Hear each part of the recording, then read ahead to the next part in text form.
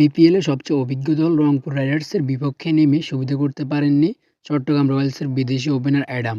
রীতিমতো ব্যর্থ হয়েছেন বাংলাদেশি স্পিড মাস্টার নাহিদ রানার বলে। ফিরে গেছেন মাত্র ২ বলে ১ রান করে।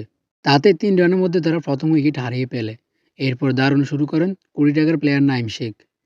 দারুণ খেলেছিলেন, কিন্তু তাকে থামিয়ে দিয়েছেন মোস্তাফিজুর রহমান। পিচ যখন নাঈম শেখকে আউট করে দেন, তখন ধারাভাষ্য থেকে বলা হচ্ছিল ২০ টাকার প্লেয়ার ভার্সেস বিশ্বমানের বোলার, অর্থাৎ মোস্তাফিজুর রহমানের জয় নিশ্চিত।